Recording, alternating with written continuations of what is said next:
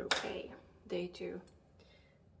So this is our starter. You can see that it increased in volume twice, and it has nice bubbles. It's quite thick, so it doesn't really move when I move this around. So this is all good, and I can use it. And we're going to make Levain, or how do you pronounce it? My French is terrible. Anyways, I'm going to do the Vermont bread. This is a cold bread by Jeffrey Hammelman. I have a Polish version, but it doesn't really differ from the English one. So where do I have that?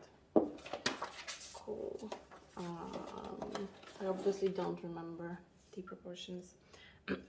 For the Levain, I'm using this scale from a hand mixer, and I haven't bought anything special. I'm making 2 breads, so the other one I'm going to put in a normal plain jar. So that's that. So again, I need a scale. I'm putting that on the scale, and I will need 230 grams of water.